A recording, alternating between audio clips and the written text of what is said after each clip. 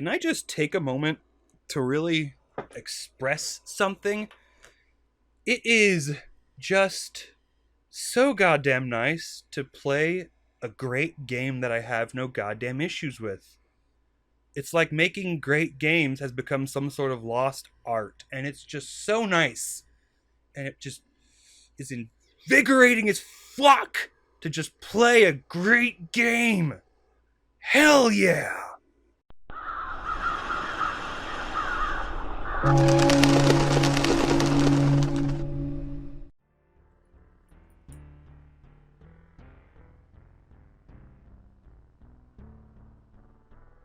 Oh hi! In my never-ending quest to play games that can't be described as having graphics, I find myself on the constant side quest of games that doom, but also don't doom in an age in which GZ Doom exists. And if that makes no sense, it's because you're not an elite gamer enough and you need to chug at least 3 Monster Zeros before continuing on with this video.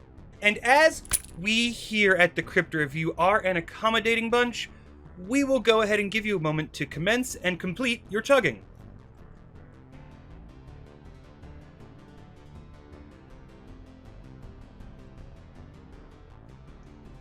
So like in The Wizard of Oz, the Scarecrow has a gun. He just has gun. All that shit with witches, flying monkeys, hexed poppy fields, and an old man behind a curtain, and mofucker was just packing heat the entire time. Could have saved them a whole lot of fucking trouble, you ask me. And for that matter, where did he get the gun? Did the people who built him give it to— Oh, they're finished. Enter 2 years late, unwashed and confused as to the date, Buckshot Software, which I am told is Polish or a German outfit. Polish/German outfit, with really no way of confirming that for myself. Being first pooped out onto Kickstarter with a short exclusivity stint on GOG, it really is no wonder that I had no idea it existed until a Steam sale highlighting it hit. Boasting old school Doom-style graphics, speed, murderous intent, with some weapon ideas from its successors, you take on the role of some hobo-looking sack of shit and kill all the demons. How does yet another fellow whose name is not important fare? Does he kill the demons, or does he follow in John's footsteps? Psst. John was a zombie. Well, let's find out with Project Warlock.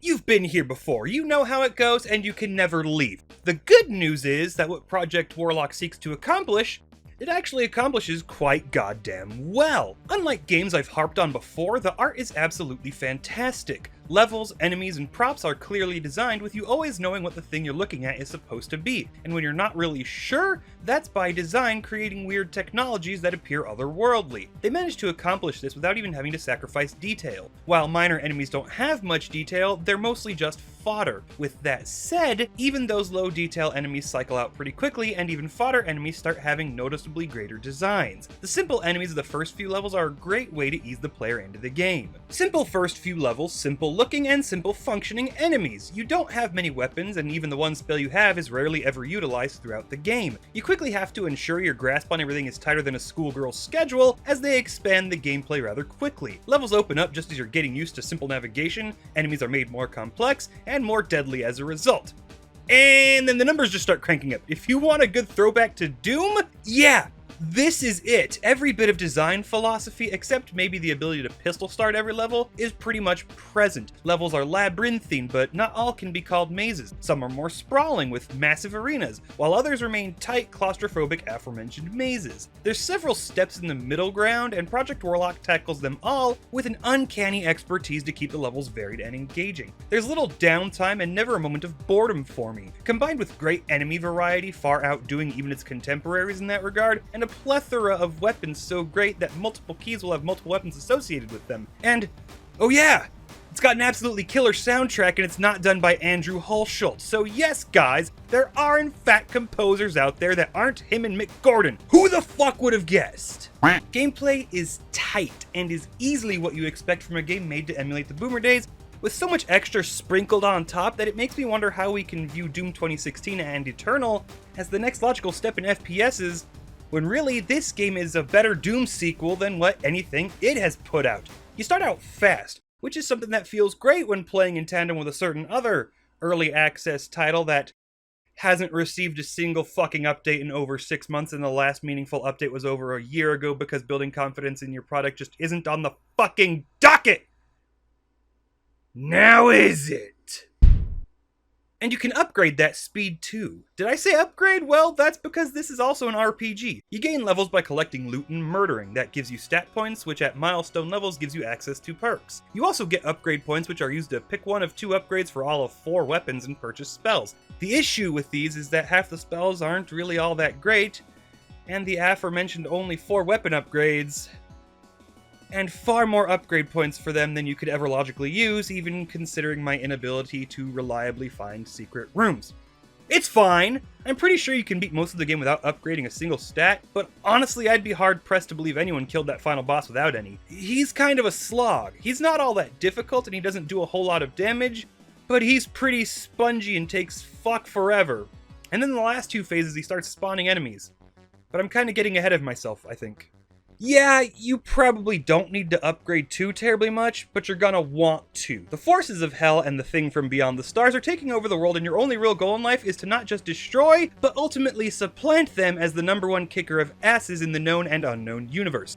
And you do! No weapon feels useless. In fact, they all have their quirks and capabilities that find different situational uses, even for weapons that share ammo types. The combat shotgun and double barrel, who we'll compose a love letter to later, function wildly differently, and with the 2 upgrade options for the basic shotgun, that difference is widened. No weapon feels useless except maybe the magical trident, which uses your mana, which is much better spent hurling dynamite like a fucking missile launcher, which you also get, by the way. It's combat, baby! It's ever-present, and as a result, its favorite spice is variety.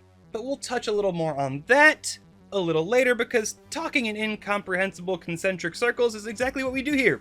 Fuck you, thing from beyond the stars! You think you're incomprehensible to the human mind? Let me introduce you to my Street Shark collection, and then we'll see who's dead and dreaming! Level design, as I've already mentioned, is great. It's broken into chapters just like every retro FPS, and even has fun little Doom-style text blurbs between said chapters. Motifs are king when it comes to level design, and Project Warlock is definitely no slouch in this regard. Some 10 to 15 levels because I don't really want to go through and count per chapter. With the final chapter bringing the other motifs back, but adding a new hellified layer. The castle is dark and epic. The Antarctica map is a sexy homage to chthonic mythos and the Thing, and does a really great job driving home the creepy, sterile atmosphere of the labs, as well as really stabbing you with that claustrophobia in the cave sections. The Egypt section is great, really combining that alien technology New Age myth with the old. The city is a terrifying technological hellscape overrun with murderbots, and I'm sure there's more I can say, but I don't really want to bog you down too much. Again, variety is its favorite spice, and this game carries fucking pallets of it to parties. Enemies change drastically between chapters, not just in design, but in function. Fighting a horde of succubi, fuck you agony, that's how you say it, really feels nostalgic when you're stuck having to kill 5 Titanic MDK 5000s and their Spider Mastermind fanboys. There's no telling what you're going to fight in the next level, and the ramp up kept me glued to my goddamn keyboard. But now, I want to talk about weapons. Specifically, how they sound and feel. I don't know if you've ever fired a double-barrel shotgun, but you really should. Imagine the roughest, angriest sex you've ever had. Then your girl turns around and kicks you in the fucking face and you ejaculate all over her, while that guy you just really hate from work gets blown up by star-spangled nuclear missiles. That's what pulling both triggers on a double-barrel feels like. And that's what it needs to feel like in your game. Here's an inside secret. I judge first-person shooters on what I call the Johnny Dangerous law. You fucked that one up, didn't you? Yeah, no, you really fucked it up. No, you fucked it. No. We're never gonna roll the tape back on that one. Here's an inside secret. I judge first-person shooters on what I call the Johnny Dangerously law. Haven't seen it? Go watch it. No. Fuck you. Pause the video. Go watch it. It's an '88 Magnum. It shoots through schools. You shouldn't hang me on a hook. My father hung me on a hook once. That's what your double barrel needs to sound like in your game, and it needs to pack that punch. Your gun needs to sound and hit like pure, unadulterated, screaming bloody vengeance, because some motherfucker wronged you once. And once is all they're gonna get. You're not out to just reduce them to a slick red paste. Your trigger pull is going to erase the very genetic memory of them from the universe. And that's what it feels like firing this double barrel. It's goddamn rage-fueled personal hell! And just like all other aspects of design, all weapons have that philosophy. Everything sounds like it's hitting as hard as it looks, and the animations that go with them match beautifully. The soundtrack, monster noises, and ambience create an absolute cacophony of what can only be described as metal hell, and if you've not bought this game already, what the fuck are you doing? The game is broken up into difficulties. I played on Standard and Casual. Standard gives you limited lives. Lives can be picked up in levels via secrets, and sometimes just from boss drops. Casual has infinite lives, but the difficulty doesn't feel lessened. It's hard, is what I'm getting at. You are a ceaseless discharge of bullets and explosions, and you only get worse because that's what you're up against. You have to escalate, because it's not a question of what happens if you don't, it's when, because they are bringing the boom harder every level. Adapt or die, young Padawan. And if I had one major hiccup with the game, it's this segment where I fell through the floor. If I had a second, it's with a boss. Dig, if you will, a picture.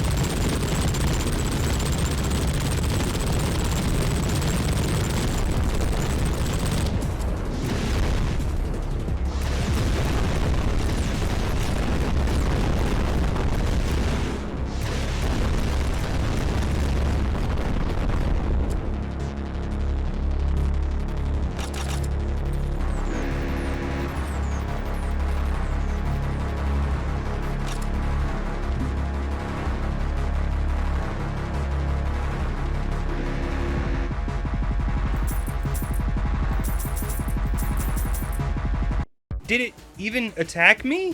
I don't know. I fought this boss 5 times just trying to figure out if I was missing something. No other boss is like it. They're out to get you and they love flooding the map with enemies to take you down, but this guy just kind of drives around and eats ass. I'm kind of thinking it's a gag boss, sort of a reprieve, as the chapter he's in ramps up at an insane scale and the level before his fight feels like a goddamn boss gauntlet. So maybe it's like that on purpose to get a little laugh out of the player. Who knows? And that's it! It's not fucking expensive, its asking price is certainly lower than what it's worth, and its replayability is off the charts. Phenomenal level design, epic sound design, killer clear visuals, and the quality is just top-notch all throughout. If you've not played it yet, do so! Thank me when your boner dies down, because make no mistake, Project Warlock will cure erectile dysfunction.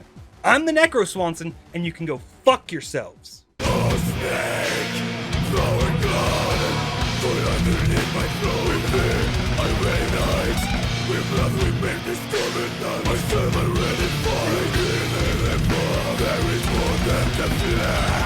You careful how they steal the undistinguished flame. The nectar of thy rage on the top of fornication, and whoever by my side, my scarlet is your skin.